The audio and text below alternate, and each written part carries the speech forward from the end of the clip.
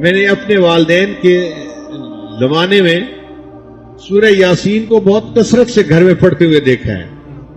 گھر میں کوئی پریشانی آتی، کوئی مسئلہ آتا تو میرے والد صاحب فرمایا کرتے تھے کہ سورہ یاسین کو مبینوں کے ساتھ پڑھو.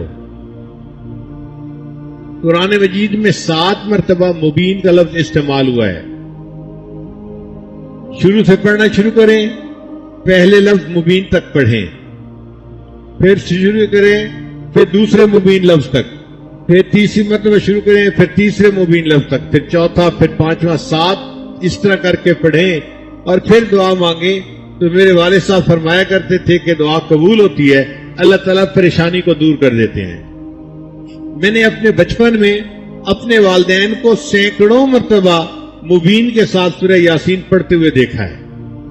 پھر جب بڑے ہوئے تو حضرت مرشد عالم رحمۃ اللہ کے پاس حاضری ہوئی تو حضرت مرشد عالم رحمۃ اللہ بھی جب کبھی کوئی پریشانی آ جاتی تھی تو سورہ یاسین کو مبین کے ساتھ پڑھنے کا حکم فرماتے تھے.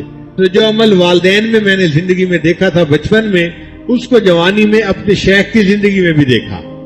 تو مشائخ کے یہاں یہ معمول رہا ہے، بہت سارے لوگ پریشانیوں کا شکار ہوتے ہیں اور پھر عملیات والوں کے پیچھے بھاگتے ہیں.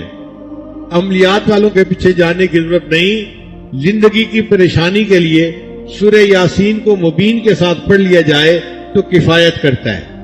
بعض لوگ مل کے 40 مرتبہ سورہ یاسین پڑھ لیتے ہیں تو اللہ تعالیٰ اس کی وجہ سے بھی دعاؤں کو قبول فرما لیتے ہیں. ہم نے رائے ونڈ میں بھی یہ عمل دیکھا. کئی مرتبہ جماعت کے اکابر کہتے تھے کہ جی حالات اچھے نہیں، پریشانی آ گئی، تو سب لوگ 40 مرتبہ سورہ یاسین شریف پڑھ لیں. تو 40 مرتبہ سورہ یاسین شریف پڑھ کے دعا مانگی جاتی تھی، اللہ تعالیٰ دعا قبول فرما لیتے تھے، حالات ٹھیک ہو جاتے تھے. تو یہ بزرگوں میں بہت کثرت کے ساتھ عمل ہے.